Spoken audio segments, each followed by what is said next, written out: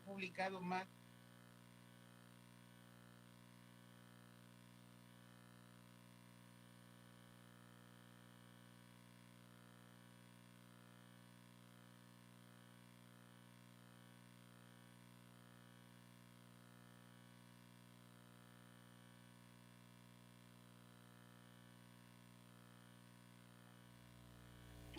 La WFSF le otorgó el reconocimiento como Mujer Futurista Sobresaliente del 2016. La UNAM le entregó el premio Sor Juana Inés de la Cruz. El Centro de Estudios Prospectivos en Mendoza, Argentina, le hizo un homenaje por su contribución al desarrollo de prospectiva mundial y obtuvo un reconocimiento del jefe de gobierno del Distrito Federal por su metodología con visión prospectiva en la construcción de políticas públicas para la infancia.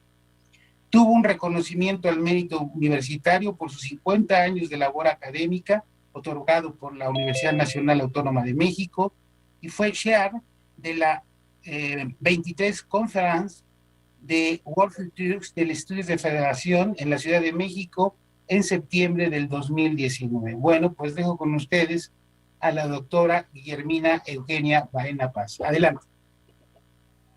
Muchísimas gracias, muy buenos días. Un gusto poder compartir con ustedes estas ideas y sobre todo este proyecto que me parece maravilloso. Voy a compartir pantalla para que podamos ir completando y siguiendo las diferentes ideas que quisiera yo interactuar con ustedes. Vamos a ver. ¿Se ve bien, Stephanie? ¿Se ve bien ahí? ¿La pantalla? ¿Está bien? Okay. Sí, doctora, se ve bien. Muy bien. Bueno, muy bien. Bueno, yo voy a hablar de derechos y responsabilidades de una constitución con el futuro. Querámoslo o no, estamos en un mundo nuevo. Este es un mundo posnormal, signado por crisis, complejidad y contradicciones en una sociedad verdaderamente compleja, dinámica, multicausal y sistémica, en la que debemos movernos del esto no puede pasarnos al qué vamos a hacer si pasa. Y es que para caminar hacia adelante debemos entender que solo una cosa cambió: todo. Cada vez es más difícil entender la realidad que ahora está asignada por estas 6 características: la complejidad, las contradicciones, la crisis, los cambios, el caos y el conflicto. ¿Por qué una constitución entonces debería mirar al futuro? Una constitución es un acuerdo de reglas de convivencia, es decir, una forma de pacto político y social. Se llama así porque integra, establece, organiza, constituye las normas que rigen a la sociedad de un país. Una constitución viva se construye, funciona y evoluciona por el trabajo de los ciudadanos y de sus representantes. Si no conocemos ni reclamamos nuestros derechos, entonces se puede decir que no hay una constitución viva. Busca la prevalencia de valores, principios, guías y normas de conducta que son la suma de derechos y responsabilidades de cada habitante de un país. Se trata de un renovado enfoque de un Estado que reconozca una ciudadanía participativa y activa, comprometida con el diseño de las políticas públicas que le conciernen. ¿Por qué en una constitución tenemos que hablar de deberes y derechos? En una constitución se encuentran redactadas las bases de un sistema político, económico, social y cultural de una nación o Estado. Asimismo, en la Constitución se establecen las garantías de la democracia, los deberes y derechos fundamentales que deben ser aplicados según corresponda. Se toman en cuenta todos los grupos sociales y se establecen los principios de igualdad y libertad. La democracia participativa es una característica del sistema de organización política que otorga a los ciudadanos una mayor, más activa y más directa capacidad de intervención e influencia en la toma de decisiones de carácter público. Esta idea nueva y este ideal que promueve un sistema democrático participativo es el de una sociedad más justa, plural y con mayor inclusión social, donde se reconozcan los valores de la concertación, la tolerancia y la colaboración. Desde 1948, la novena Conferencia Internacional Americana que se dio en Bogotá había dedicado todo un capítulo a los deberes. El cumplimiento del deber, decía, de cada uno es exigencia del derecho de todos. Derechos y deberes se integran correlativamente en toda actividad social y política del hombre. Si los derechos exaltan la libertad individual, los deberes expresan la dignidad de esa libertad. Y de ahí en adelante se fueron reconociendo estos deberes y derechos internacionalmente. En el 99, la Asamblea General de las Naciones Unidas aprobó la Declaración sobre el Derecho y Deber de los Individuos, los grupos y las instituciones de promover y proteger los derechos humanos y las libertades fundamentales universalmente reconocidas. Hasta febrero del 2002, la propia Asamblea General emite una nueva resolución para exhortar a los Estados miembros a lograr el cumplimiento de esos derechos, deberes y obligaciones. La proliferación en el reconocimiento de derechos, ha habido una proliferación dadas las guerras mundiales, dadas las situaciones difíciles que ha pasado nuestro planeta, y entonces se ha enfatizado fundamentalmente la idea de los derechos. Pero esto, se dice, ha provocado una comprensión equivocada. Numerosas personas han supuesto que los derechos no tienen correspondencia con las obligaciones, pero eso es como si se pensara que un individuo ha asumido todos los derechos para su crecimiento y la obtención de sus satisfactores sin que ello le implique asumir carga alguna para consigo misma, sus semejantes y el entorno que lo rodea o para con el Estado. Pero ¿qué pasa entonces con los deberes, con las responsabilidades? Estos deberes tienen que ver con todos los valores universales: convivencia, respeto, verdad, solidaridad, apoyo mutuo, conciencia universal, no discriminación de ningún tipo, respeto a la vida, a la integridad física, emocional, moral de las personas, respeto a la identidad, a la multiculturalidad, a las tradiciones, a la memoria colectiva, a la cultura, a la libertad religiosa e ideológica, a proteger el medio ambiente y a la biodiversidad, a promover el conocimiento en beneficio de la humanidad, a atender un uso responsable de nuestra salud, a evitar el desperdicio de alimentos y agua limpia, a promover la igualdad y la equidad, a tener una ética y responsabilidad social, a aprender el valor de la confianza, a aprender a construir resiliencia, construir comunidad, desarrollando un sentido de pertenencia y contribuir a la resolución de los conflictos y a la paz y entusiasmarse para hacer ciudad. Los deberes, entonces, son fundamentales para el equilibrio de la vida humana.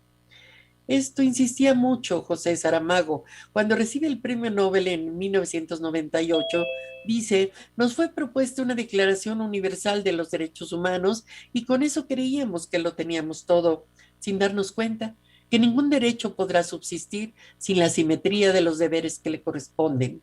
El primer deber será exigir que esos derechos sean no solo reconocidos, sino también respetados y satisfechos.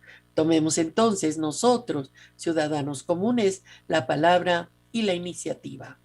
Con la misma vehemencia y la misma fuerza con que reivindicamos nuestros derechos, reivindiquemos también el deber de nuestros deberes.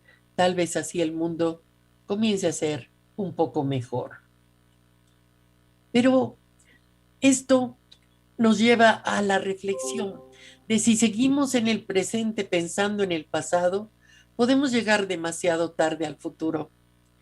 Nos hemos dado cuenta y hemos vivido tremendamente falsas urgencias que se multiplican y se extiende la presión de actuar de manera inmediata. Pero cuando algo ya es urgente, ya es demasiado tarde. ¿Vamos a llegar demasiado tarde o estaremos guarecidos en el todavía para con los ciudadanos, para con el Estado, para con nosotros mismos? Nos hemos pasado mucho tiempo con el síndrome Titanic, con diagnósticos que se han quedado en avisar que vamos a chocar con un iceberg. Eso lo sabemos y cada vez nos damos cuenta de ello, cada evento inesperado, cada situación. Entonces hay que enfrentarlo, pero sobre todo evitar la colisión. Para eso sirve la visión de futuro, que la vamos a manejar como visión prospectiva, que es algo que hacemos en esta región, para hacernos comprender que en la acción podemos enfrentar los cambios, desde luego, con visión de largo plazo.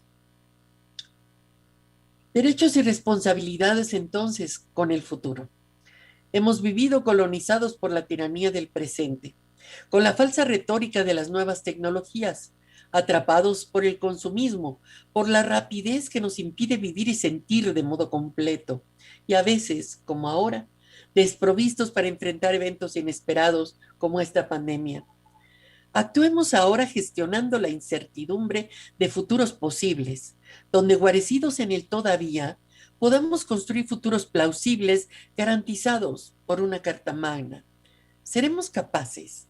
¿Tendremos el valor de construir nuestro futuro?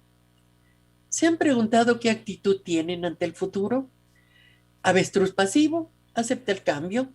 Bombero reactivo, espera que suene la alarma para apagar el fuego.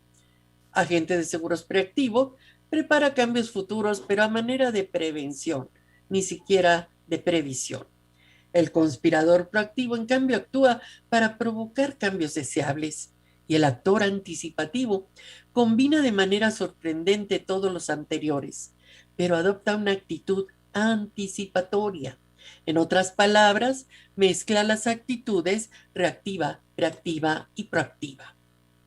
El futuro se construye dos veces. Primero en la mente, después en la realidad. Pero el futuro es un constructo social, donde la tarea que no realizamos individualmente sí la podemos hacer compartida y podemos construir colectivamente algo que está fuera de nuestro alcance meramente individual. La perspectiva entonces aparece aquí como la construcción de futuros. Es una ciencia que nos permite entender los problemas complejos en estructuras sistémicas. Nos permite ver más allá de donde ven los ojos. Esta es una frase muy típica de la literatura, porque está hablando de anticipación. Reconsidera el pasado y descubre nuevas posibilidades futuras. Esto es importantísimo. Y entonces, esta actividad nos va a permitir tomar decisiones más acertadas ante hechos o situaciones. Puede considerarse gestión de la incertidumbre, pero también es una herramienta metodológica que permite sistematizar conocimientos múltiples. Es un arte porque es un ensayo no inacabado, ya que el futuro no ha sucedido, pero se concilian en él nuestros sueños y nuestras esperanzas. Por eso también se le llama la ciencia de la esperanza. Es anticipación y planeación. Anticipación. El futuro no está en el presente, pero la anticipación sí. Y podemos desarrollar capacidades anticipatorias y prever lo que puede suceder. Desarrollar un pensamiento anticipado para evitar un sufrimiento anticipado. Y planeación, porque en su concepto primario es proyectar un futuro deseado y los medios efectivos para conseguirlo. La planeación es una toma de decisiones anticipatoria. Debe estar motivada por el deseo de obtener un estado futuro de cosas o el deseo de evitarlo. Planificar significa cambiar mentes, no hacer planes. Planear no es eliminar la intuición, es eliminar la improvisación. Es un proceso contraaleatorio. El futuro en el presente, ¿podremos?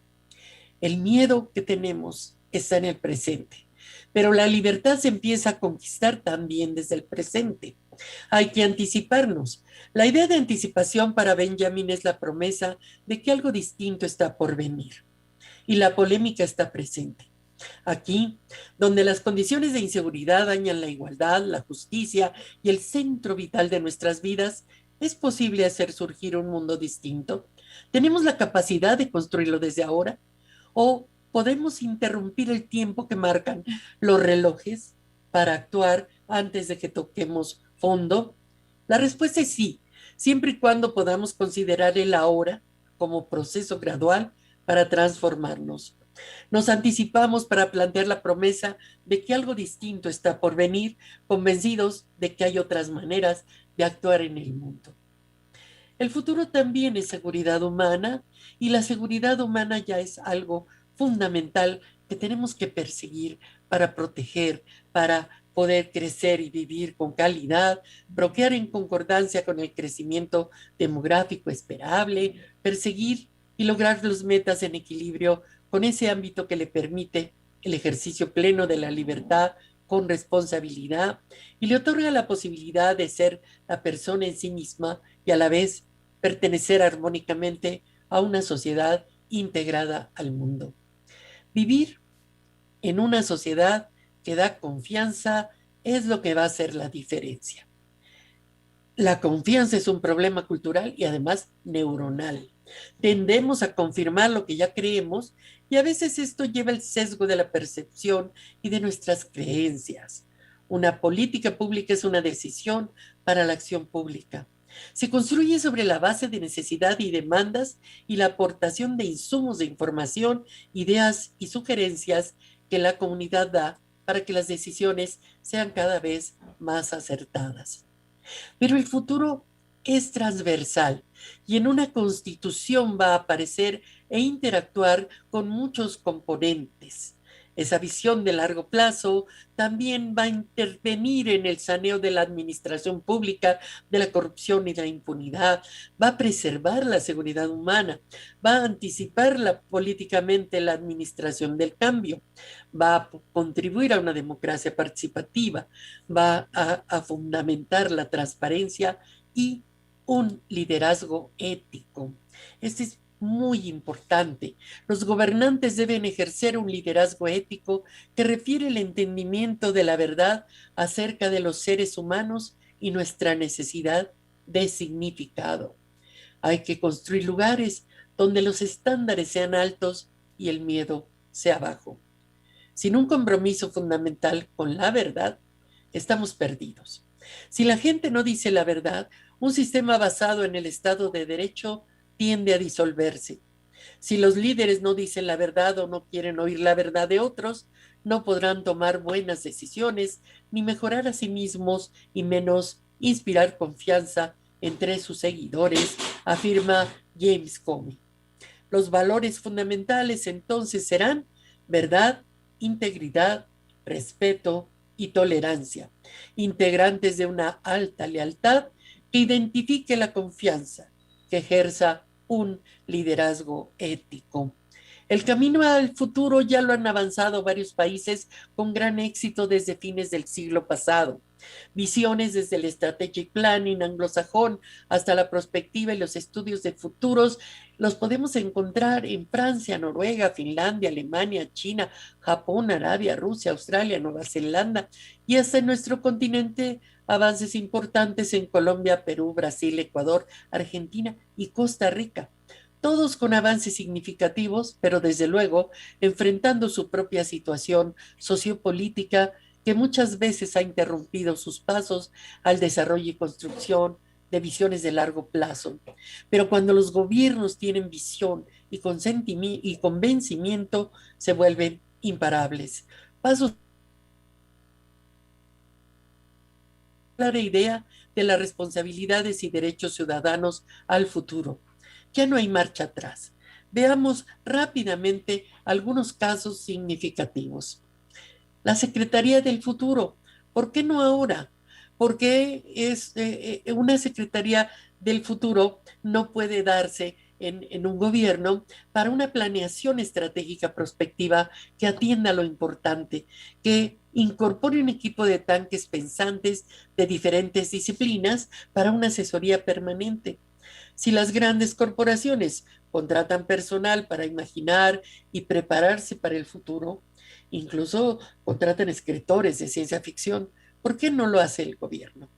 Un secretario del futuro ayudaría mucho a pensar detenidamente a cómo podríamos desarrollar acciones de hoy hasta 10, 20, 50 años. Un gran ejemplo de esto es el gobierno de Finlandia, que está estructurado en toda su totalidad para la visión de futuro. Desde las organizaciones de investigación, en organizaciones de tercer sector, actores y ciudadanos participando en la prospectiva, en la necesidad de futuro. Trabajan conocimiento futuro y sus necesidades. Hay 317 municipios que trabajan la visión de futuro, 19 regiones que trabajan la visión de futuro, toda una red y un primer ministro con sus oficinas y ministerios sobre el futuro, el Parlamento de Finlandia que tiene un comité del futuro y todo esto apoyando al gobierno de Finlandia que tiene una gran actividad todo el tiempo en este tipo de visiones. Aquí otro caso interesantísimo, Gales. Gales, algunos no saben ni siquiera dónde está Gales. Es en esa islita de Gran Bretaña al oeste de Inglaterra. Pero como todos los países, enfrenta una serie de desafíos como los enfrentamos a nivel mundial: cambio climático, pobreza, desigualdades en salud, crecimiento y empleo. Para que las generaciones actuales y futuras tengan una buena calidad de vida, Gales dice que todos deben ser responsables del impacto a largo plazo de las decisiones que se toman. Con estos desafíos, Gales está haciendo todo de manera diferente para crear un futuro próspero, saludable, igualitario y resistente para el país y para el mundo. Los objetivos son tan ambiciosos que inspiran a gobiernos de todo el mundo y las Naciones Unidas dijeron: esperemos que lo que Gales está haciendo hoy, el mundo lo haga mañana. ¿Qué es lo que hizo Gales? Una ley de bienestar de las generaciones futuras. En 2015, la Asamblea Nacional aprobó esta ley única y primera en su tipo en el mundo. ¿Cuál es el objetivo? Fíjense qué interesante, la parte de bienestar. Su objetivo es abordar problemas globales persistentes como cambio climático, pobreza, desigualdades en salud, y cambiar la forma en que pensamos, planificamos y actuamos a nivel nacional y local. Y entonces estos planes los expresan en una ley con 7 objetivos de bienestar para hacer que Gales sea próspera, flexible, la flexibilidad es clave aquí, saludable, igualitaria, cohesiva, globalmente responsable, con una cultura vibrante y una próspera lengua galesa. Y también en esta ley agregan un comisionado de generaciones futuras. Cambiar la forma en que un país planea, toma decisiones y actúa es una enorme tarea. Está basado en el bienestar de las generaciones futuras como prioridad para todos los servicios públicos, entre ellos el uso de la energía. Y efectivamente tienen su comisionada para las generaciones que aún no han nacido, con todos los poderes legales para representarlos. En muchas de las crisis actuales, dicen, amenazan no para los que estamos actualmente en el planeta, sino para los descendientes. El tropiezo político sobre los hijos, nuestros hijos y los hijos de nuestros hijos, nunca se ha sentido tan urgente. Vean en dónde está Gales ya en el futuro y está ayudando a esta lucha.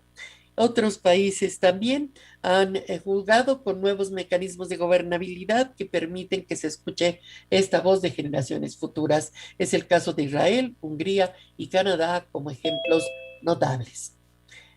Una diapositiva que no resistí la tentación de ponerla, me encantó, es el edificio de gobierno de Gales. Otro ejemplo, tremendo ejemplo, el de los Emiratos Árabes y su Organización para el Futuro. Están sobre el futuro con una estrategia completa que está llevando a la nación a la próxima era para el desarrollo. Dice, una nueva mentalidad que se centre en el futuro porque hay que abandonar todos esos procesos de pensamiento que ahora ya son obsoletos e irrelevantes. Con un modelo de planificación futura, dice, vamos a servir incluso modelo para el mundo. Y entonces, ¿qué está haciendo los Emiratos Árabes? Cada departamento gubernamental tendrá un director de estrategias para el futuro que tiene el mandato de impulsar la planificación futura. Y entonces esto va a ser el primer gobierno en el mundo de tener una posición de este tipo en todos sus departamentos. La estrategia se centra en tres temas: un nuevo modelo operacional para el gobierno, la creación de capacidad nacional y el establecimiento de prioridades estratégicas para el futuro. ¿Sí? Y entonces, bueno, está desarrollando prototipos para diferentes sectores clave y para próximas políticas gubernamentales. Tiene incluso una plataforma digital de futuros que es inteligente, interactiva y en línea para apoyar sus esfuerzos para difundir la cultura de previsión y conocimiento en la preparación de desafíos futuros. No se han quedado allí. Aparte de este sitio web, han estado muy activos haciendo también algunos aspectos culturales.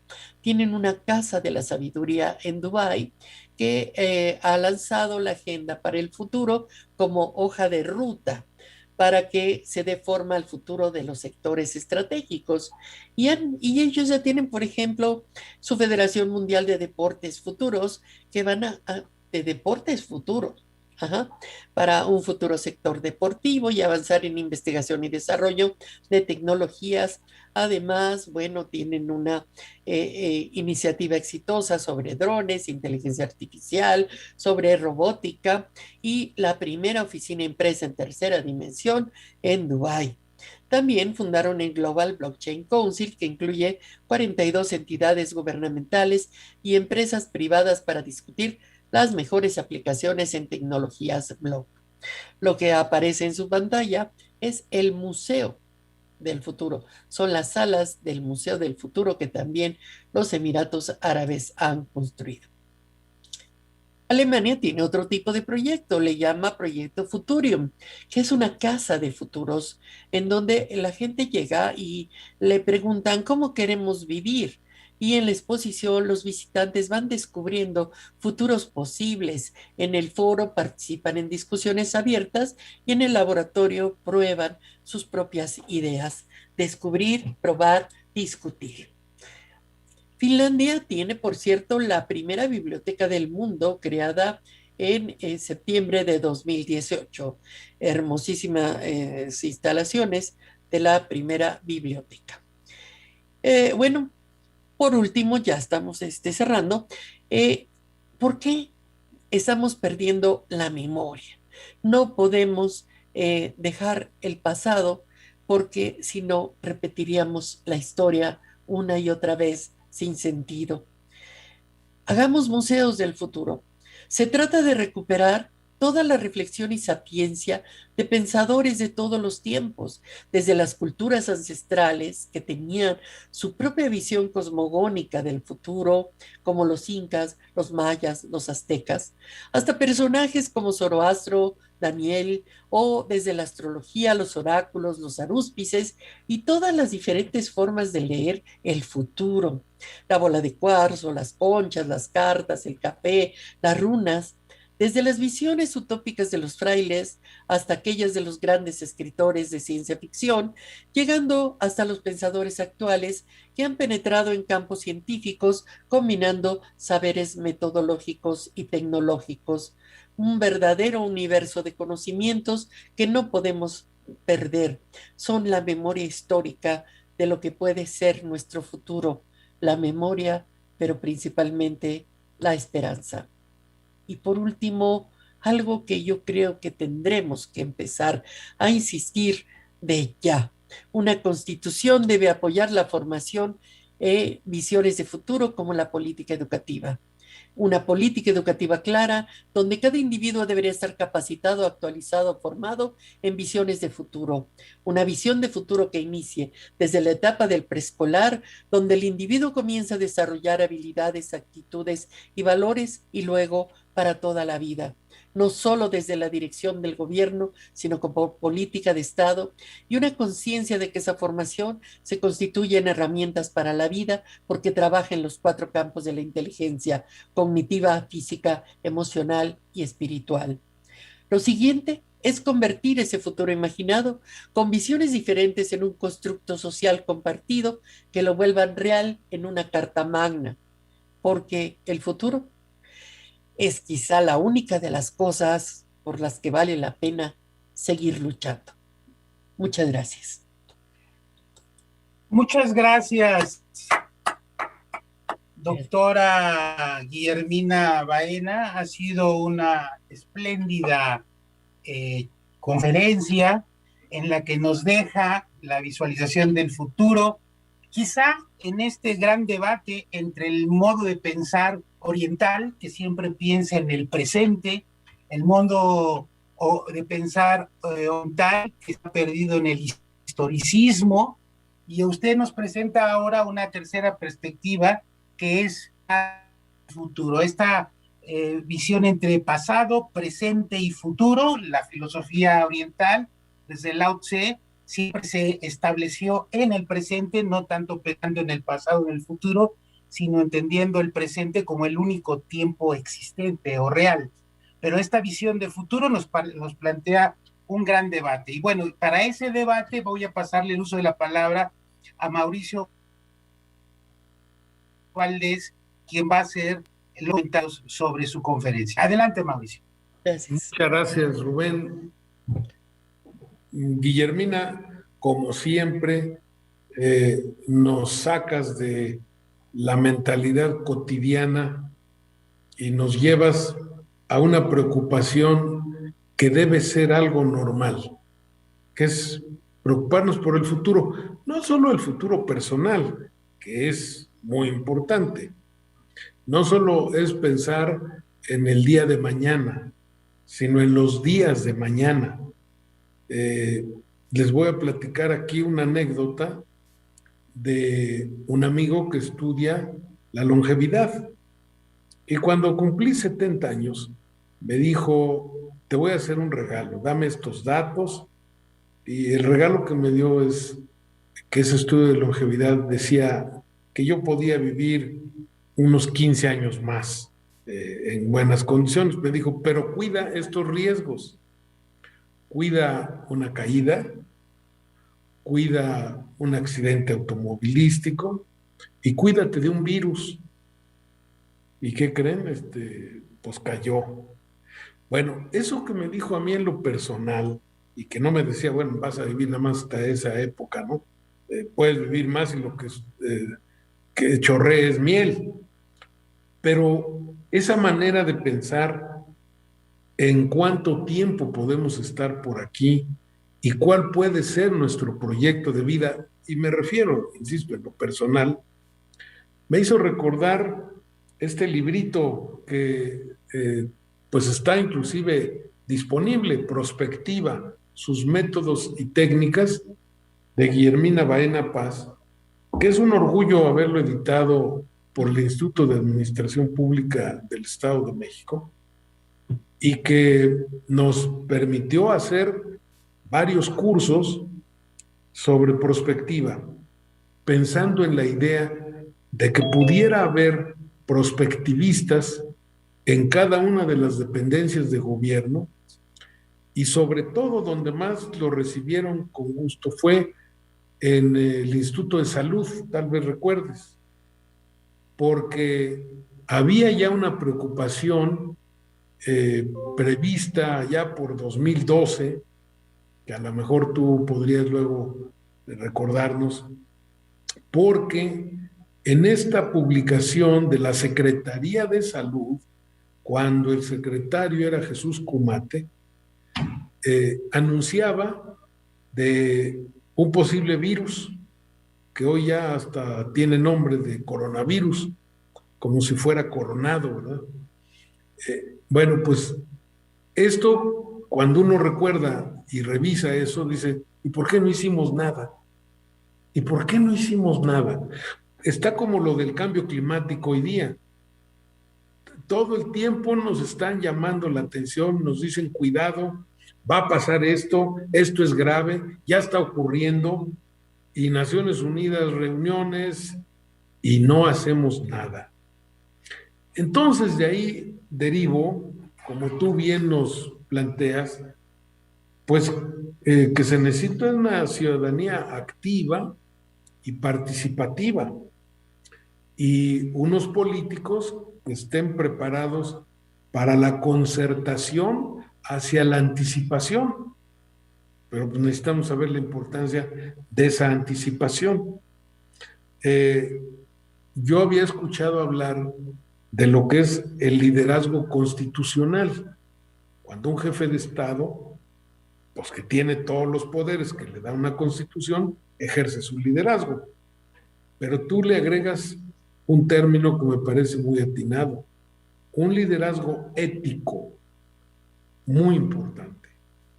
Y esto que nos planteas de la ley de bienestar de las generaciones futuras en Gales, bueno, pues hay una muestra de que sí se puede legislar en el tema.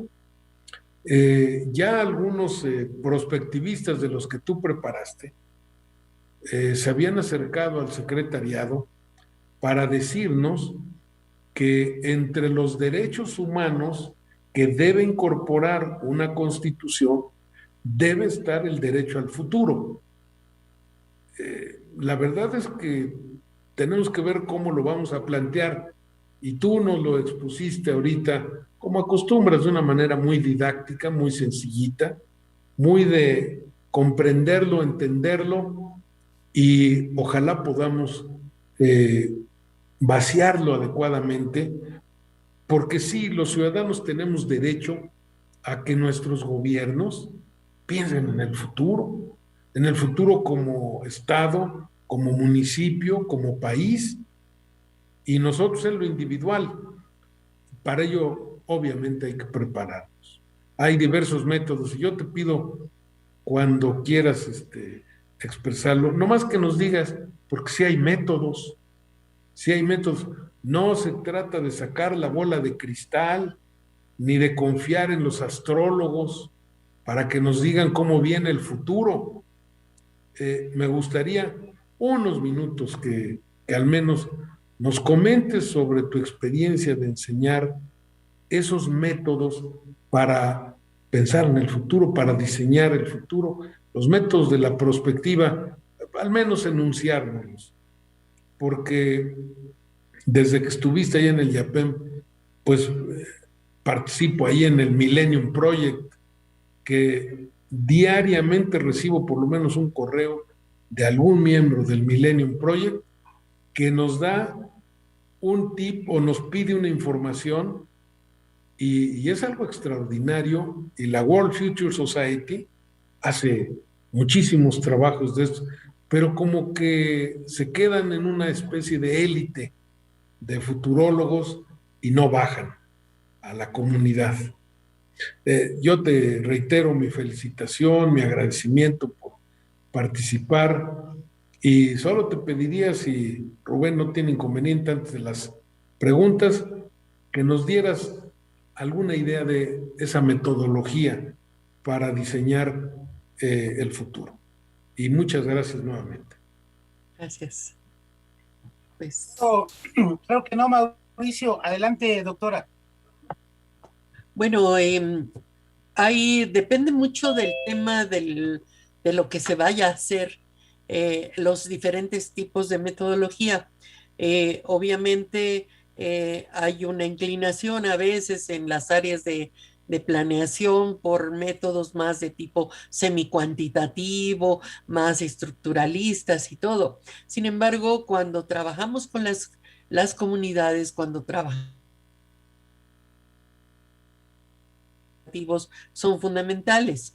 Otra cuestión que nos ha enseñado que los métodos cualitativos son fundamentales es que cada vez más la realidad va encaminada hacia situaciones de incertidumbre, hacia situaciones que desconocemos. Y en la medida que los desconocemos, tenemos que ver qué es lo que podríamos encontrar en eso y utilizamos métodos cualitativos como los escenarios. Pongámoslo así, digamos, para que sea un poquito más sistemático. Nosotros tenemos tres grandes preguntas. ¿Qué está pasando? tenemos que hacer una diagnosis, le llamamos nosotros, de lo que está sucediendo en la coyuntura actual. Y entonces le llamamos diagnosis, ya no le llamamos diagnóstico, porque la diagnosis efectivamente nos está dando un escenario crítico de una situación que prácticamente está enferma.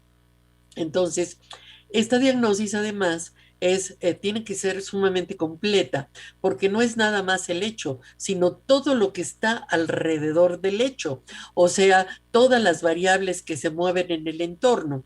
Uno sí dice, bueno, vamos a ver la dimensión salud. La dimensión salud tiene que ver con la dimensión economía, con la dimensión medio ambiente, con la dimensión del individuo que físicamente no se cuida, con la dimensión de la comunidad que no tiene al alcance una serie de cosas, con la dimensión jurídica. O sea, las dimensiones son múltiples y tienen que ver con una sola situación que, si quieren escoger nada más salud, impacta en todo. Entonces, el qué está pasando es la primera pregunta.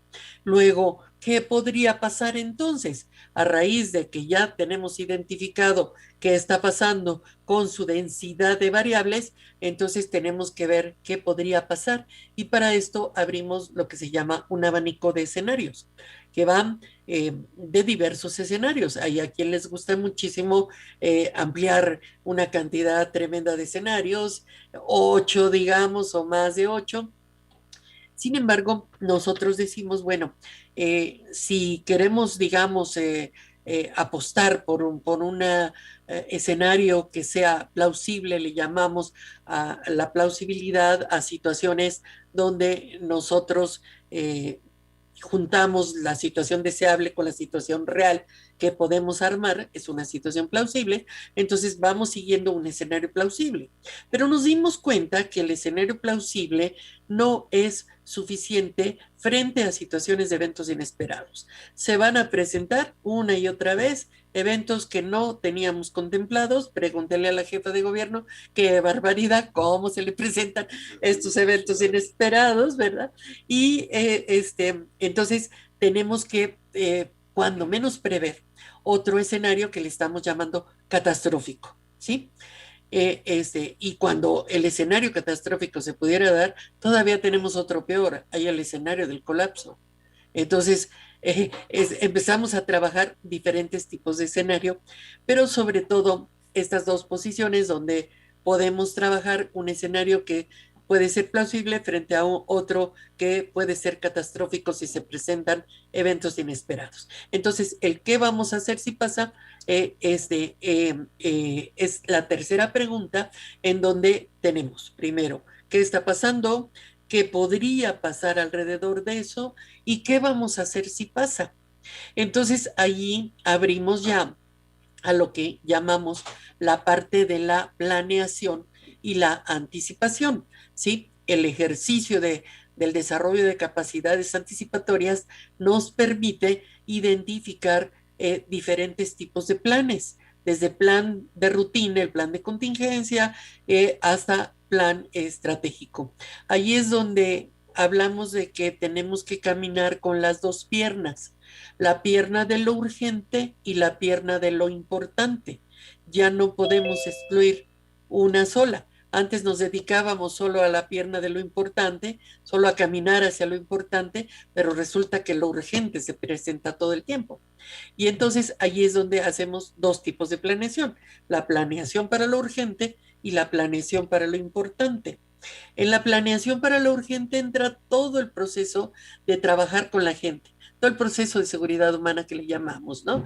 Y allí metemos una serie de herramientas que tienen que ver con talleres de futuro, con métodos de planeación para la gente, desde lo que llamamos el World Café, Café del Mundo, hasta el teatro del devenir, que es una técnica que han desarrollado aquí una maestra que es excelente para identificar lo que está sucediendo a través del teatro, a través de que la gente misma actúe sus propios problemas.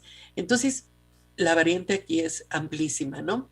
Y el asunto entonces va llegando precisamente hacia la planeación estratégica prospectiva, en donde lo importante tiene que considerarse desde el punto de vista de lo estructural. O sea, allí es donde nos metemos a cuestiones de cómo vamos a resolver la pobreza, cómo vamos a resolver la inclusión social, cómo vamos a resolver el problema de la alimentación, etcétera, ¿no? Mientras que del otro lado resolvimos los problemas de emergencia, en este lado ya tenemos que resolver los problemas estructurales, ¿no? Entonces, tres preguntas muy sencillas: ¿qué está pasando? ¿Qué podría pasar? ¿Qué vamos a hacer si pasa? Y en ese qué vamos a hacer si pasa, la planeación lleva implícita toda lo que implican las estrategias que nos van a permitir aterrizar en la realidad, estrategias que van a concretar las acciones en la realidad, ¿sí? Y que van a permitirnos dejar nuestra planeación clásica de sopilote estreñido. ¿Se acuerdan del sopilote estreñido que solo planeaba y no obraba el pobre? Entonces aquí la estrategia nos va a permitir bajar a la realidad y concretar en la realidad lo que vamos a hacer, que va desde los objetivos estratégicos, líneas estratégicas, programas, planes, cortes en el tiempo, acciones inmediatas y acciones concretas. ¿Sí? Entonces, toda esta parte, ¿verdad? Es la estrategia que va a permitir ese aterrizaje y hacer realidad lo que se fundamenta. Entonces, para esto, efectivamente, en todo este proceso tenemos muchísimas técnicas que hemos, por una parte, hemos adoptado y adaptado de algunas otras disciplinas, como las de administración, ciencia política, administración pública, y por otra parte, hemos reconstruido y construido nuevas técnicas, ¿sí? Por ejemplo, una línea del tiempo la volvemos línea del tiempo dinámica y es algo totalmente diferente. Un FODA tradicional lo volvemos FODA dinámico y también se vuelve algo totalmente diferente, que va caminando hacia el futuro y que va viendo hacia el futuro. Entonces, estos son puntos que nosotros pues vamos aplicando de acuerdo con los procesos y las temáticas. No sé si con esto pues doy paso a la pregunta. Gracias. Muchas gracias, doctora. Bueno, pues está abierta la intervención de los miembros del grupo plural, así que si alguien quiere hacer una pregunta o alguna reflexión, por favor, levanten la mano.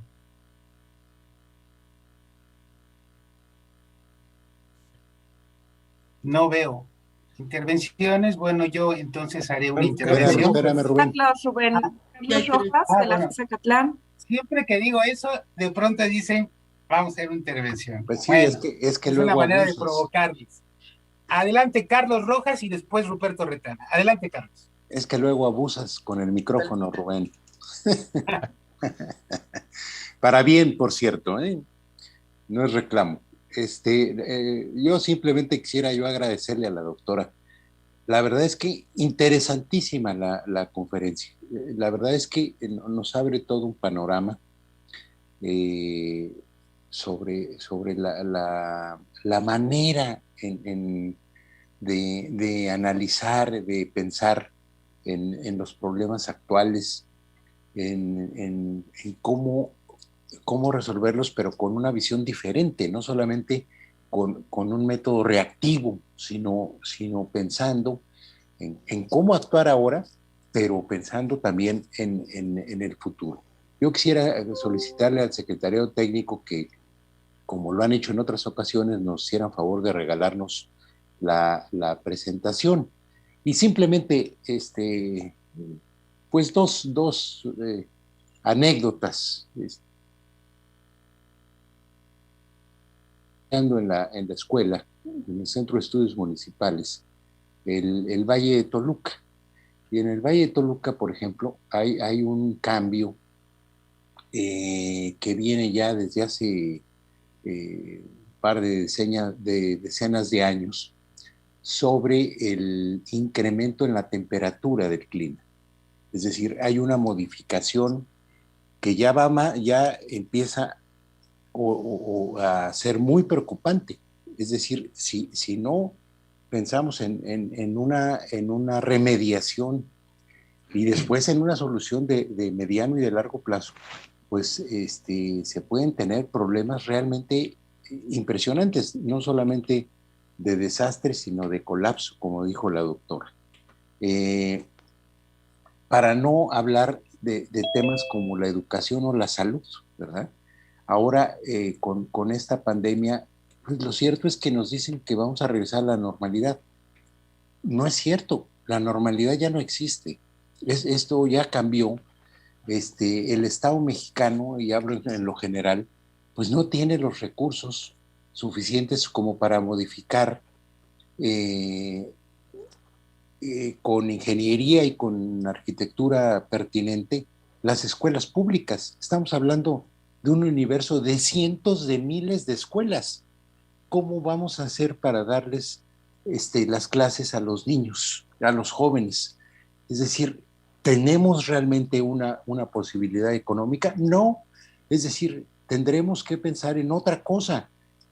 Ahora se está pensando, por ejemplo, en métodos híbridos, tener grupos al 50% o tal vez un poco menos, que vayan un par de días. Pues sí, pero los papás trabajan y entonces los niños se van a quedar solos en la casa o no tienen internet porque pues por ejemplo en el Valle de Toluca mismo el 50% de las viviendas no tienen internet. Entonces digamos que hay que imaginarnos cómo vamos a poder arreglar esto. Para no hablar de los temas de salud, ¿verdad? En donde son parecidos. El otro día platicaba yo con el director del Instituto Mexicano del Seguro Social y un poco conversando sobre estos temas, ¿no? Y pues hablábamos de la telemedicina, de las consultas ya virtuales, incluso de las operaciones quirúrgicas vía con instrumentos robóticos, etcétera. La verdad es que hay mucho que pensar, hay mucho que analizar, y para no hablar del tema de energía, ¿verdad? Que es algo que, pues, ya ni para qué tocarlo.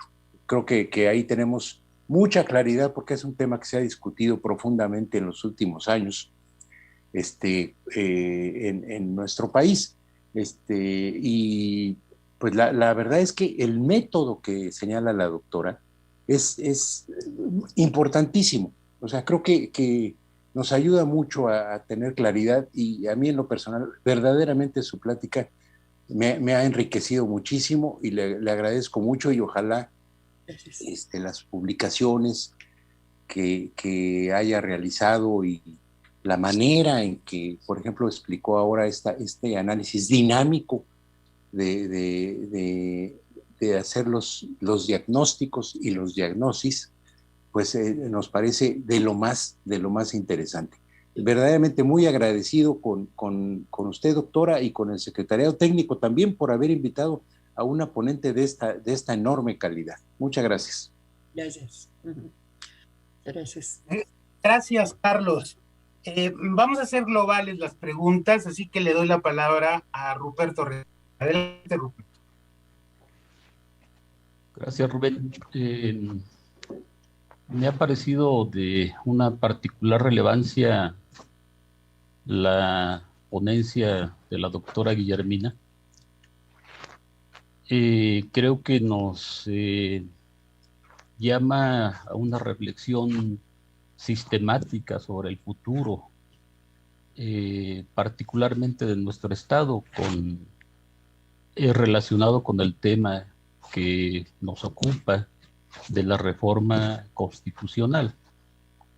Y creo que nos abre un espacio allí muy importante de desarrollo de la norma constitucional, que yo creo que va a ser un aspecto, digamos, novedoso de nuestra Constitución si logramos plasmarlo de alguna manera, y seguramente con el apoyo de la doctora.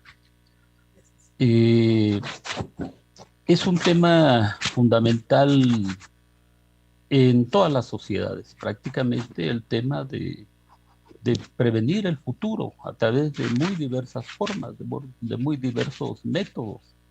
Y ahí la doctora nos planteó mucho, desde la bolita de cristal hasta las grandes cosmogonías que imaginan el futuro. Y en realidad yo creo que el pensamiento moderno nos planteó, por un lado, las grandes utopías, la utopía de Tomás Moro, que digamos es el punto de partida o la referencia en nuestro mundo, en nuestra cultura occidental.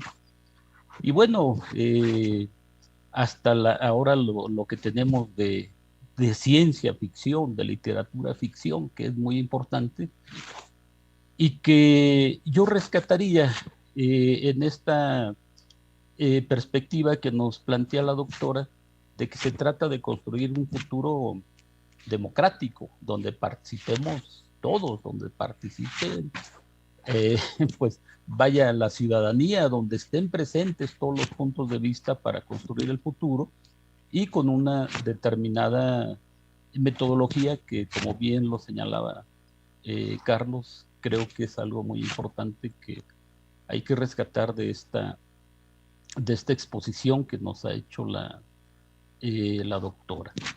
Y yo solamente diría que nuestras constituciones, tanto federales como las estatales, particularmente las del siglo XIX, todas ellas plantearon una utopía. Y yo diría que es una utopía normada, porque lo que querían no estaba en la realidad. Querían igualdad, querían una sociedad justa, etcétera. Pero era una sociedad que chocaba completamente con la realidad, y se consideró que con la Constitución podría modificarse esa realidad. Yo creo que las constituciones juegan un papel fundamental para normar el futuro, y yo creo que tenemos que buscar el equilibrio, ese equilibrio que yo deduzco de lo que nos plantea la doctora, de la realidad, de cómo, de qué es lo que está pasando, qué es lo que podría pasar y qué podemos hacer hacia el futuro. Yo creo que estas grandes preguntas debiéramos de considerarlas para la propuesta constitucional. Es un tema riquísimo, doctora. Yo afortunadamente lo he venido trabajando en la parte de las utopías. De hecho, tengo por ahí una columna en un periódico local que llamo Nueva Utopía, y que sin las utopías yo digo que las sociedades no tienen futuro, cualquiera que sea. No, yo creo que ya no podemos seguir con una sociedad tan positivista que solamente se ciñe a los hechos, a lo real, sino que tenemos que imaginar futuros, como usted dice, tenemos que imaginar escenarios, y eso es muy importante, porque la constitución que hagamos o que propongamos, que acuerde la legislatura, tendrá que tener ese escenario de futuro. Y yo creo que usted nos ha abierto el camino para hacerlo, y eso es una gran aportación de su parte que yo le agradezco muchísimo. Es todo, Rubén. Gracias, Ruperto. Adelante, Palmira Tapia. Pues muy agradecida con la doctora Guillermina Baena por esta exposición. Me quedo con varios puntos y pues ha sido sin duda muy enriquecedor para el trabajo que se está haciendo en el Grupo Plural y en el secretariado.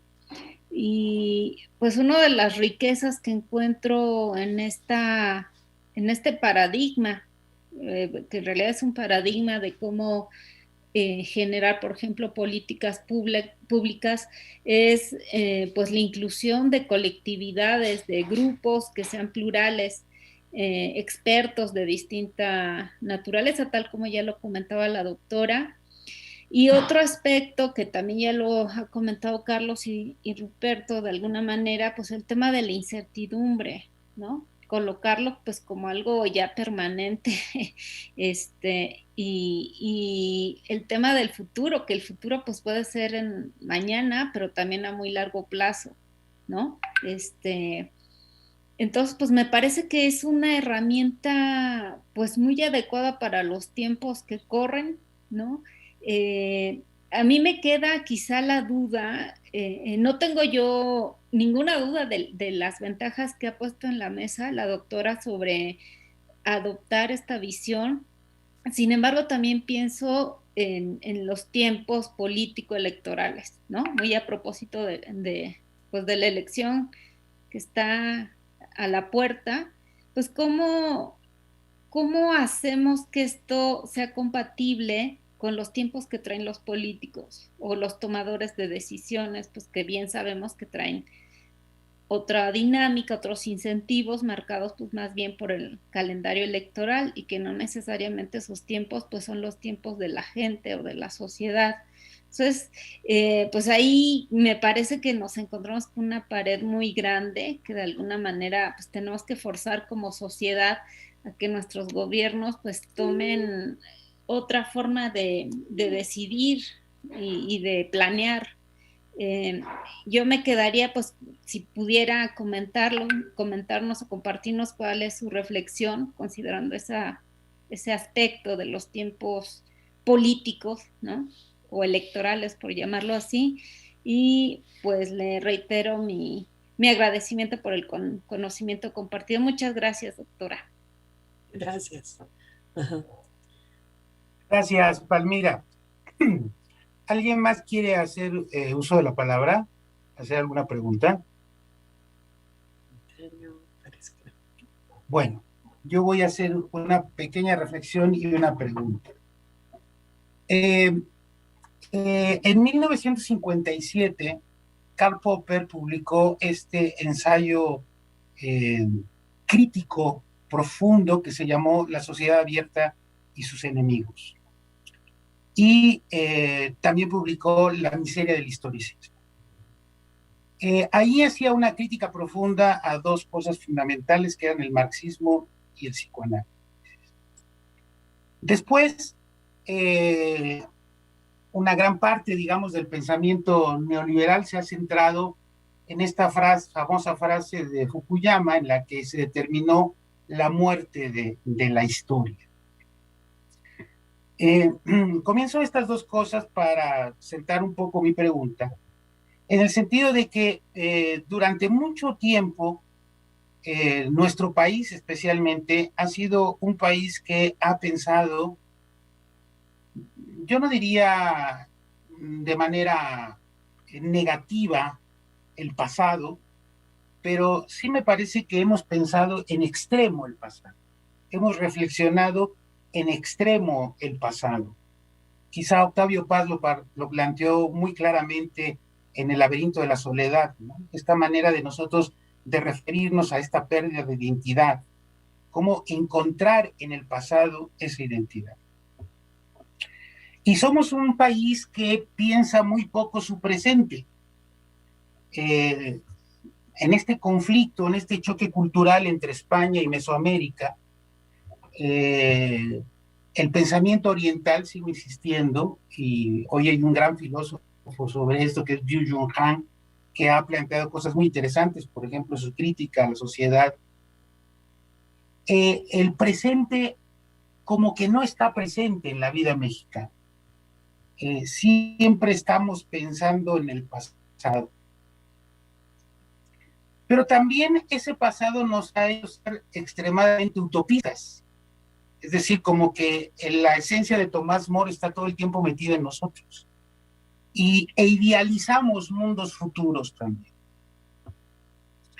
¿Cómo repensar el presente? Y pienso un poco en lo que está pasando en la República Popular China. Los chinos han pensado su presente mucho más que viendo a su pasado o tratando de ver hacia el futuro. Dicho en otro contexto, parece que el futuro ya nos alcanzó, como fue el nombre de una película que nosotros veíamos en las generaciones de los 70s y los 80s, ¿no? cuando el futuro nos alcanza. Pero parece que el futuro ya nos alcanzó. Para mí me parecería inverosímil pensar cuando yo tendría 16, 17 años la existencia de una cosa esta como es el smartphone, ¿no? Una cosa en la que yo puedo mandar correos electrónicos, puedo tener esta conversación vía una teleconversación, en fin, un montón de instrumentos tecnológicos que parece que nos están diciendo el futuro ya está aquí y ahora. El punto, doctora, es cómo construir un real presente que sea la base de un mejor futuro real, no un futuro idílico, no el futuro de las runas o de la bola de cristal, sino un futuro realmente construido, estructural y racionalmente, ¿no? Es decir, hablando de los temas éticos, por ejemplo, a veces habría que pensar hacia el pasado para construir éticamente el futuro. Pienso yo en el principio categórico de Kant, que lo plantea muy bien Adela Cortina, que es una filósofa que ha venido planteando temas muy importantes a partir de la acción comunicativa de Habermas. ¿Podría hacer a usted alguna reflexión sobre esto, por favor? Gracias. Sí, cómo no, muchas gracias. Bueno, voy a tratar incluso de tocar también algunos de los comentarios efectivamente que se han hecho, ¿no? En un primer momento, bueno, el asunto sobre la cuestión del futuro no es improvisarlo, sino precisamente hablamos de que la perspectiva le ha dado una condición de ciencia social, porque es un pensamiento que se da de manera transversal, ¿sí? Multidisciplinaria, y esto es muy importante porque decíamos, bueno, estamos preocupados a lo mejor nada más por el aspecto de salud o porque en el Valle de Toluca está aumentando la temperatura, pero eso ya tiene que ver con una serie de dimensiones más, entonces que tienen que ver con otras disciplinas. Entonces la visión tiene que ser multidisciplinaria, el pensamiento tiene que ser transversal, ¿sí? ¿A qué me refiero con un pensamiento transversal? Bueno, en la escuela nos enseñaron que había pensamiento matemático, gramático, de ciencias naturales, entonces nos fragmentaron el pensamiento y en realidad el pensamiento es transversal. El pensamiento piensa más en hipótesis, leyes, etc. Está observando y atraviesa todos los aspectos, ¿no?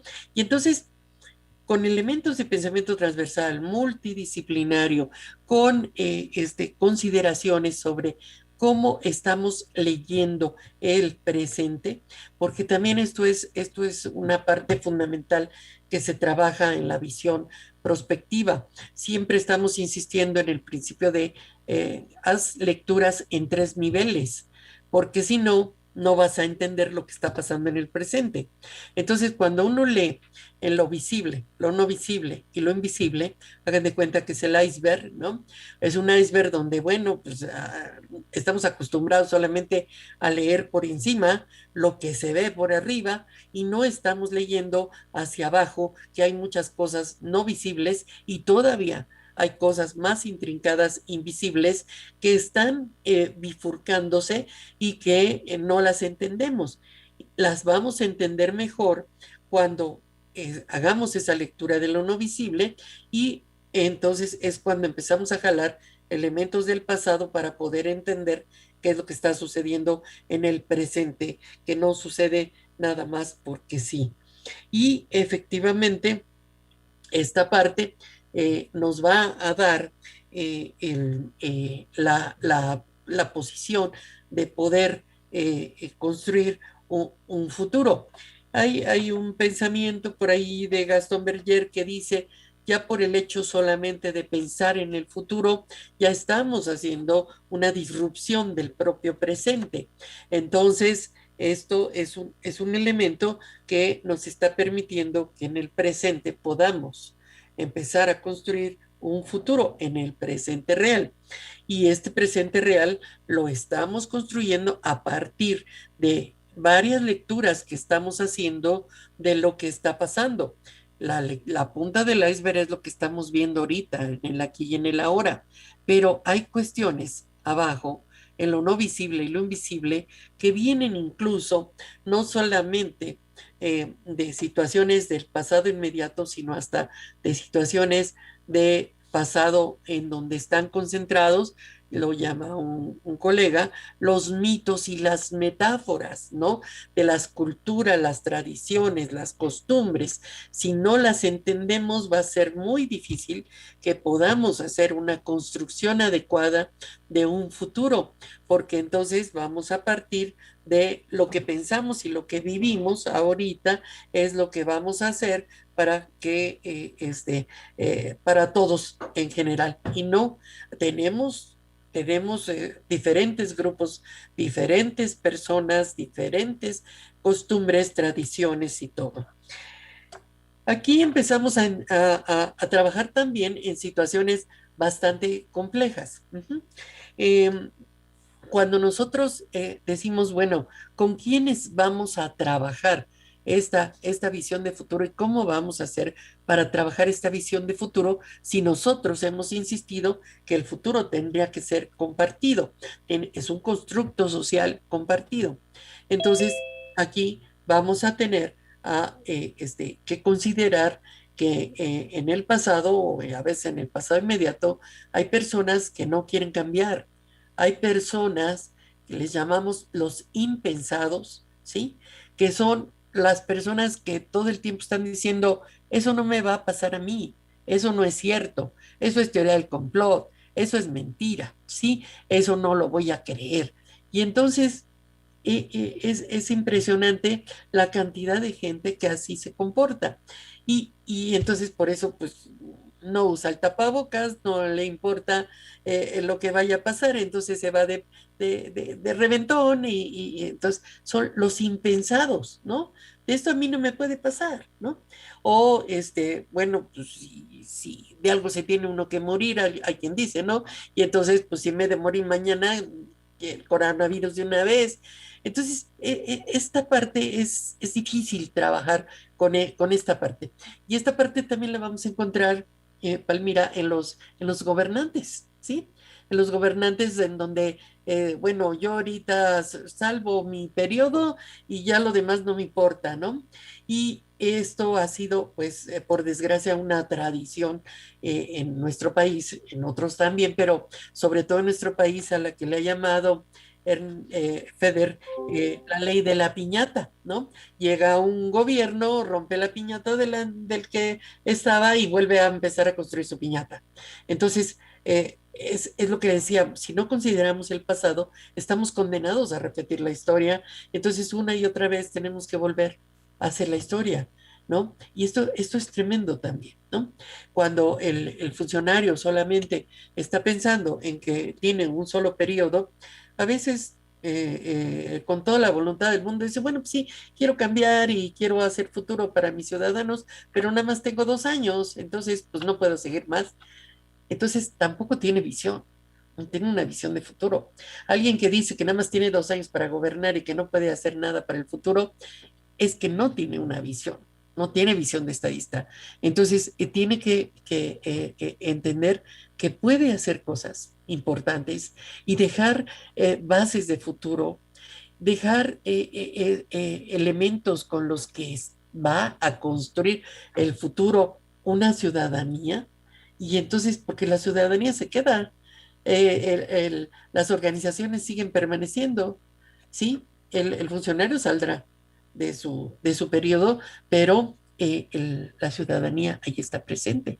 Y entonces con ella puedes trabajar y consolidar muchas visiones de futuro compartido, ¿sí? Entonces, hay que tener cuidado con los impensados en la parte esta de los gobiernos, que nos vamos a enfrentar todo el tiempo, se los comento, a los prospectivistas nos pasa, nos enfrentamos todo el tiempo al odioso se los dije, al odioso se los dije, y no nos hacen caso, ¿no? Entonces, tenemos que estar como gota que orada la piedra y estar dure y dale. Por eso es muy importante que iniciativas como esta las apoyemos y con todo gusto las apoyamos. El maestro Mauricio Valdés es una gente que yo admiro mucho y que le digo, contigo sí me comprometo porque sé que cumples, sé que consolidas, sé que tus ideas son claves y que van adelante, porque en el YAPEN trabajamos maravillosamente con la visión de futuro, con la visión prospectiva. Terminan los periodos y esto es una desgracia, pero las cosas pueden seguir y los cimientos se van dejando, ¿sí? Lo que van dejando no es fácil que se vaya borrando, pero hay que seguirlo consolidando, ¿sí? Porque no es lo mismo que haya un decreto, que haya una constitución donde diga todos ahora en adelante van a hacer planeación y van a ser felices porque van a estar en un futuro mejor y de bienestar, a que los dejemos solos, que vayan en ese rumbo que no conocen y ahora para dónde está el futuro, a la derecha, a la izquierda, al de frente o de dónde, ¿no? No, entonces es una construcción que hace uno paulatina, es un proceso que tiene uno que acompañar, como el acompañamiento en psicología, ¿no? Tiene uno que estar manejando este acompañamiento. Me encantó el término de futuro democrático, en donde se incorporen todos los puntos de vista. Cuesta mucho trabajo a veces trabajar con la sociedad, con la comunidad, porque muchas veces llega uno con la comunidad y ¿cuál es el futuro que quisieras? ¿Sabes qué? Yo sé lo que no quiero, no lo que quiero. Generalmente eso lo tenemos claro y sobre todo cuando pasamos cosas muy difíciles, sabemos qué es lo que no queremos. Y entonces, bueno, tenemos que ir haciendo construcciones allí de procesos con las comunidades diferentes. Y esto, pues, se lleva todo un tiempo, no es nada más, aquí está el decreto y asunto arreglado, y aquí terminamos, ¿no? Entonces, sí se puede construir este real futuro y yo creo que una de las cuestiones que en la práctica nos ha dicho que son pasos sólidos es cuando se institucionaliza la visión de futuro, es cuando los gobiernos reconocen la visión de futuro, es cuando hay personas, ¿sí? Por eso hablo del caso del maestro Mauricio, cuando hay personas que están convencidas de que esto sirve, que esto es fundamental y que esto puede ayudarnos a salir adelante. Entonces, en ese sentido, sí se van dando pasos bastante atinados. Hay una mano levantada, Rubén, de Carlos Alberto Pérez. Le damos la palabra. Sí, adelante, Carlos. Muchas gracias, Rubén, Mauricio. Doctora, verdaderamente muy complacido con su intervención. Creo que nos da muchas pautas sobre un contexto que había que hacer y yo, pues más bien quisiera explotar este expertise y preguntarle, porque me surgen una serie de cruces de ideas en el contexto de la prospectiva, ¿no? En la construcción de escenarios, en la teoría de juegos, y justo con esto que acaba de decir hace un momento respecto al contexto transversal de la sociedad, que a mí me gustaría escuchar su punto de vista, su observación, sus reflexiones, porque no es una sociedad única, es una sociedad transversal. No es lo mismo que puede desear y pedir quizá el sector más vulnerable de la sociedad, el sector más pobre, el que está acostumbrado quizá a subsistir con dádivas y programas electoreros y apoyos, acciones que han venido sembrando durante muchas décadas en el contexto de ese mal denominado papá gobierno que desgraciadamente todavía subsiste, a quizá otros contextos de sociedades civiles organizadas, algunos otros incluso más profundos. Yo hacía una reflexión y me gustaría escuchar también sus puntos de vista. En la Universidad de Harvard tiene un programa de más de 80 años que tiene que ver con el estudio de la felicidad y con el estudio de el buen vivir.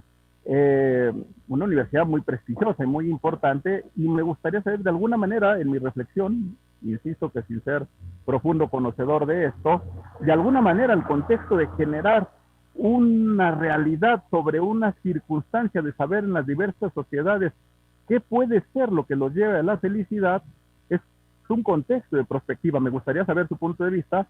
Y luego uno segundo en esa construcción de la prospectiva, porque hablar del futuro, a veces cuando quizá no se tienen las herramientas sólidas, parece que fuera solo futurar, quizá que se me entienda el término, es decir, abstraerse, perderse y generarse en una dinámica, pero no sé, me gustaría saber en su expertise ese contexto de prospectiva, situado en una realidad, situado en un contexto económico, social, político, que de alguna manera permite construir esos escenarios, esa perspectiva, pero que obliga a hacerlo en diversas etapas, porque a los que se encargan de hacer prospectiva, pues son expertos en ella, pero luego los gobernantes y los sectores de, pues finalmente de poder no tienen perspectiva a fondo en este contexto, y luego quizá el elemento mucho más complejo es que la sociedad se encuentra alejado de estos términos que a veces ve inalcanzables. Yo le agradezco mucho, insisto, creo que deja muchos temas en los cuales tendremos que profundizar, pero sin duda, con todo lo que usted plantea, un ejercicio de esta magnitud tiene que hacer un elemento de perspectiva en torno a un ordenamiento constitucional sólido, más allá de una etapa concreta, específica, de un proceso y tiempo de alguna dinámica política, sino que tiene que ser más allá, más trascendente, por encima de partidos, por encima de estructuras, porque creo que es el contexto de generar un futuro transversal, integral y que verdaderamente le genere beneficios a todos. Le agradezco mucho y me gustaría escuchar su reflexión. Gracias, doctora. No, al contrario, muchas gracias. Muchas cosas, muchos detalles. Bueno, por una parte, bueno, la idea que nosotros queremos promover es que la perspectiva sea para todos. Es una idea que los mismos, bueno, que la sacamos de un colega cubano que dijo es que perspectiva es para todos y por todos. ¿Por qué? Porque todos vamos a tener futuro. Entonces tenemos que trabajar con esa perspectiva para todos. Esa es una parte, porque efectivamente hay algunos colegas que bueno, pues como es su modus vivendi, nada más trabajan como si fuera algo exclusivo y muy elitista. Tiene razón en muchos sentidos, pero efectivamente la idea en un gobierno, en una constitución, pues tiene que abrirse para todos los ciudadanos, porque son todos los que tienen estos derechos, pero también estas responsabilidades para con el futuro. Entonces, eso por una parte. Por la otra, la cuestión de la felicidad. Esto es hermoso. El curso que se da, que por cierto lo da un israelí, 1.200 personas tuvo en su curso sobre la felicidad. Harvard sacó 13 tips para la felicidad y cuando uno ve esos tips para la felicidad, son cosas pues simples pero maravillosas. A veces te dice, ponte zapatos cómodos porque eso te va a hacer sentir feliz, ¿no? Arréglate, ponte guapo, guapa, porque te vas a sentir bien. Esos son los tips de la felicidad, ¿no? Y son los tips que tienen que ver ya con una área que estamos trabajando en seguridad humana que se llama infraestructura emocional. ¿Sí?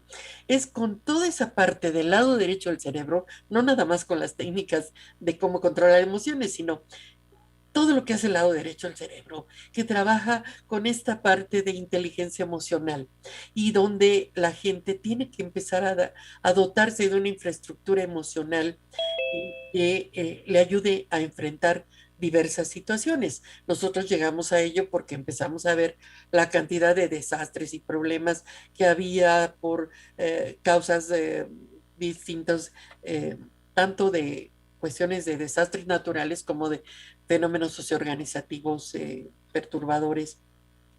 Entonces, había que trabajar con la gente la parte de infraestructura emocional. La pandemia nos vuelve a ratificar el asunto y ahora con la situación de lo que está quedando, porque a gente que le da COVID y gente que está confinada, empieza a tener problemas de situaciones mentales que no estaban contemplados, evidentemente, en la parte física, sino que ya trascienden a lo mental. Entonces hay que trabajar ahora en las herramientas para la vida, llamamos. Y una de estas herramientas para la vida es la inteligencia emocional, que permite a la gente empezar a encontrar un estado de bienestar. Sí, porque bueno, aquí es bienestar, buen vivir, felicidad, son diferentes, ¿no? Concepciones, pero que van a tender a lo mismo, que la gente se sienta bien, que la gente sienta que puede solventar su propia situación. ¿Cómo se puede sentir bien la gente? Pues no se va a sentir bien nada más con que le llegue un cheque bimestral con una ayuda que no le va a alcanzar, pero ni para su medicina del azúcar, contra el azúcar y contra la presión. Pero además, como no hay medicinas, bueno, otro problema, ¿no? Entonces, aquí el asunto entonces es cómo llegas a la gente con lo que le importa estructuralmente y que a lo mejor no se ha dado cuenta qué es lo que le importa a veces, ¿no? Le importa estar bien. ¿Cómo es alguien feliz, no? Algún día que hablamos de la felicidad con el maestro Mauricio Valdés en una conferencia, se ha de acordar, ¿no? Que dice, bueno, la administración pública tiene que hablar pues de la teoría de la felicidad, ¿no? Tiene que promover la felicidad. ¿Y cómo es la felicidad? Bueno, que el individuo llegue a su casa, cualquiera de nosotros lleguemos a la casa y podamos abrir la llave del agua y encontrar agua. Y podamos tener gas para un agua tibia y podamos tener luz para poder conectar el internet. Sí, en realidad esas son las cosas que nos complacen, que nos hacen pues sentirnos bien y que nos van dando una visión diferente, ¿no? Y entender qué es lo que hace feliz a cada persona, qué es lo que hace feliz a las comunidades, ¿no? Es muy sintomático aquella historia donde había deslaves y estaba una familia sacando todas sus pertenencias y ahí va la chiquita hasta el final con su televisión abrazada a la televisión y chin, se viene el deslave y los sepulta a todos. El conductor de televisión empezó a decir, yo no sé cómo se llevaron sus cosas y aquella por qué se fue cargando la televisión, qué se creía, si se hubiera dejado la televisión se hubiera salvado. Es que ahí no entendemos lo que es el sentido y significado de una pertenencia o de un patrimonio para las personas. Tenemos que empezar a entender desde ahí, ¿no? Y tenemos que empezar a entender qué es lo que les da sentido y significado. Hay mucha gente que la han metido al albergue para que se salve la vida y se ha dejado morir. ¿Por qué? Porque perdió todo, perdió su patrimonio o perdió su familia.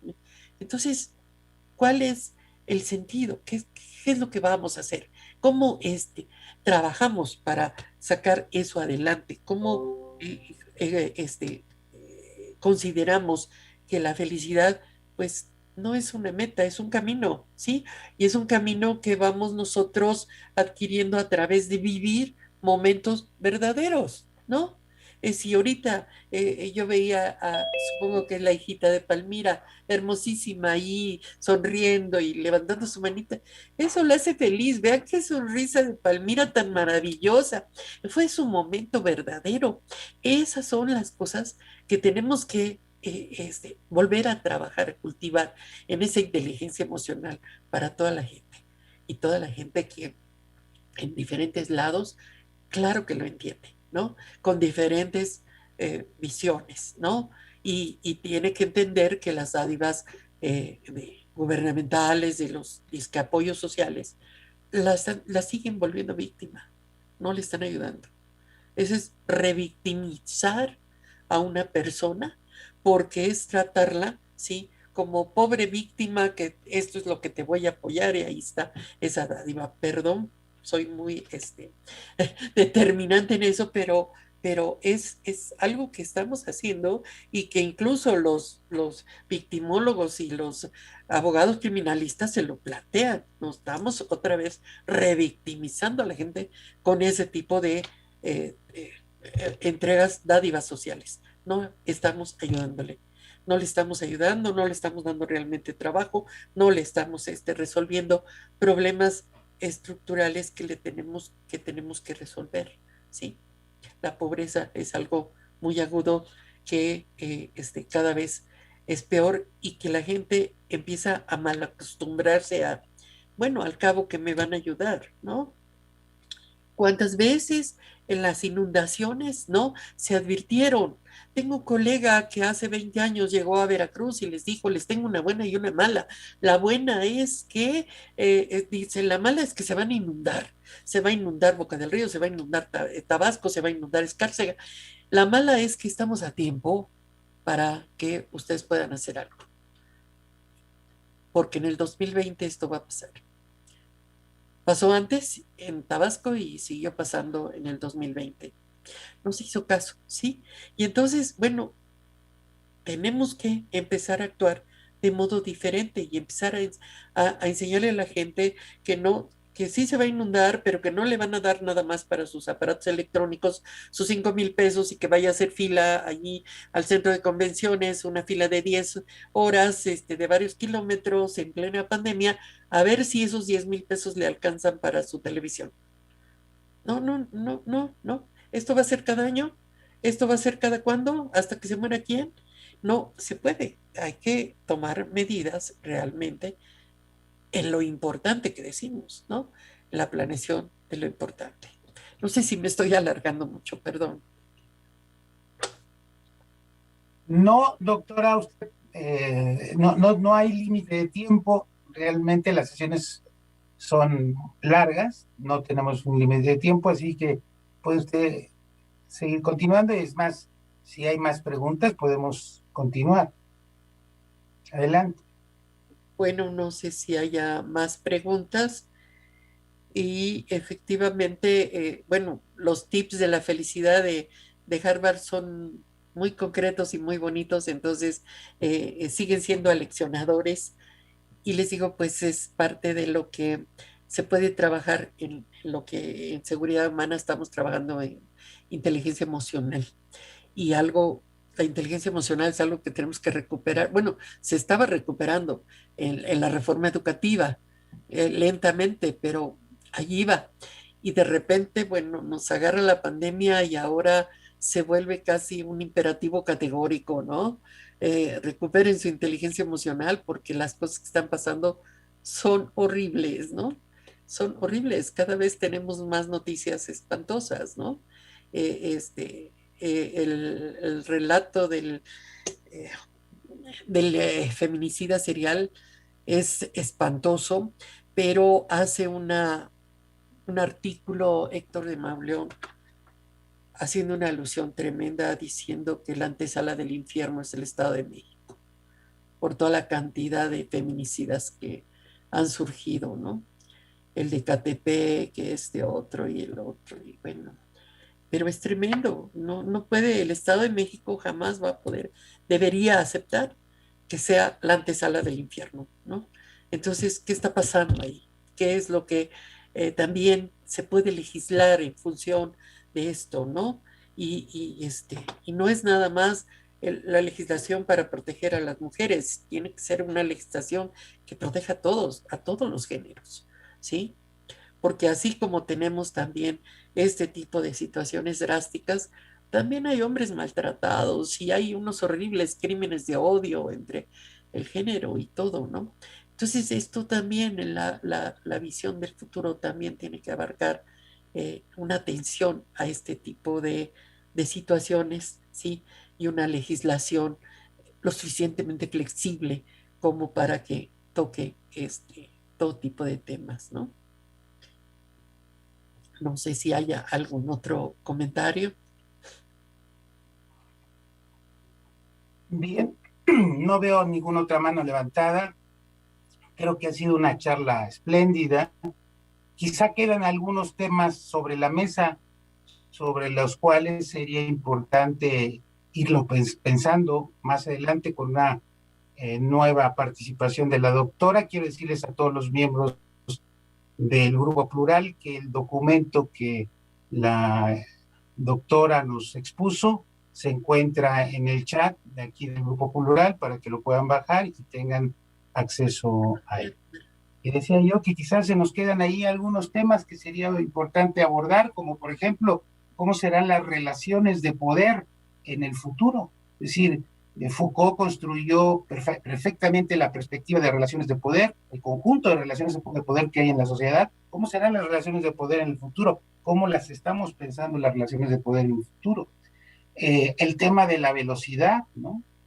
Kant era un profesor, un tranquilo profesor de Königsberg, que todos los días salía a la misma hora, iba a dar su clase a la misma hora y regresaba y llevaba su reloj en la mano en una monotonía constante, donde parecía que el tiempo no transcurría, y hoy el tiempo nos transcurre demasiado rápido. De pronto la velocidad nos alcanzó, vivimos en un mundo de velocidades. Los mundos del siglo XVI, XVII y XVIII no eran mundos de velocidades.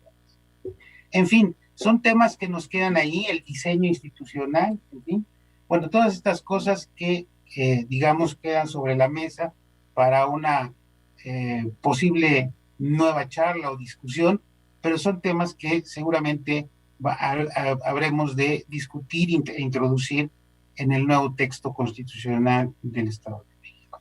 Sí, si me permite, la cuestión de las nuevas relaciones de poder es importantísima, porque en el siglo pasado era una estrella de poder, el centralismo controlaba todo. Cuando entramos en este siglo hay toda una red de relaciones de poder en donde el poder se ha repartido en un montón de nodos, en un montón de grupos, y esto de repente como que lo perdimos de vista y se nos ha ido de las manos como el poder así concentrado ha llegado, se le ha dejado a ciertos nodos, ¿no? Ahorita el poder del crimen organizado es verdaderamente impresionante. Lo va a hacer ahora hasta en las elecciones y es algo que nadie había contemplado apenas hace pocos años, ¿no? Y estas relaciones de poder también, la perspectiva nos enseña a leerlas también en tres niveles, porque arriba de lo elegido, que es lo que está visible, hay un deep state y hay un dark state abajo. El deep state es un estado profundo y el dark state es un estado oscuro de relaciones donde no se identifican y se hacen cosas tremendas, ¿no? Pero en el deep state nosotros aprendimos, y lo aprendimos desde Trump acá, en donde el presidente podrá decir lo que quiera, pero no puede hacer lo que quiera. Sí, esperemos. Gracias. Gracias, doctora.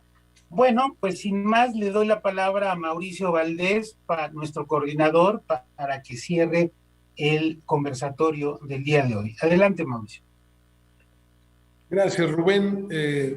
Solamente decirles que Braulio ha puesto la versión digital ahí en el chat para quienes gusten tener oportunidad de leer el libro Prospectiva, sus métodos y técnicas de la doctora, el que fue editado en 2016 por el IAPEM y que estoy seguro que les va a fascinar como a quienes lo hemos ido leyendo. Y bueno, esperemos que podamos aprovechar esta experiencia extraordinaria que tuvimos esta mañana y que reitero mi agradecimiento, doctora Baena, y muchas gracias también a todos los integrantes del CETEC y del Grupo Plural. Que tengan bonito fin de semana. Muchas gracias y muy buenas tardes. Hasta luego. Hasta luego, muchas gracias.